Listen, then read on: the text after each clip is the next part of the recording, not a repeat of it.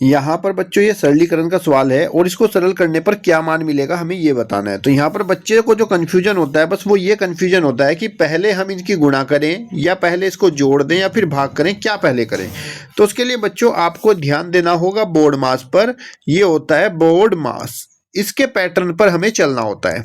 Board का मास का मतलब हुआ, बी का मतलब हुआ ब्रैकेट, ओ का मतलब ऑफ, ऑफ का मतलब भी गुणा ही होता है, और फिर यहाँ पर भाग, फिर गुणा, फिर जोड़ और फिर घटा, और इसको इसी क्रम के अनुसार हमें चलना होता है। यानी कि पहला, फिर दूसरा, तीसरा, चौथा, पांचवा, छठा।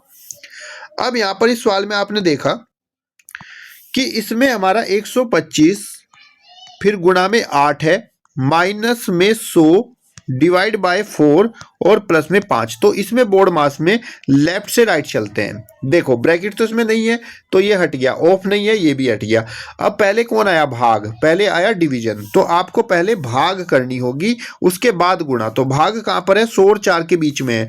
तो आप लिखोगे 125 गुणा 8 माइनस 100 को 4 से भाग करोगे तो 100 को 4 से भाग करने पर मिलेगा 25 प्लस 5।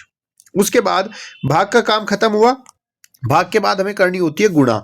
तो अब 125 के 8 से गुणा करेंगे, 125 के 8 से गुणा करेंगे तो 125 उठे होता है आपका 1000, फिर माइनस 25 और प्लस में 5। उसके बाद आपको गुणा का काम खत्म हुआ, अब जोड़ और घटा बच गया। अब हम 1000 में पहले 5 जोड़ेंगे तो आपका 1005 हो जाएगा और फिर उसमें से 25 माइनस करेंगे तो फाइनली आपको उत्तर मिलेगा 980। ऑप्शन नंबर बी आपका राइट आंसर।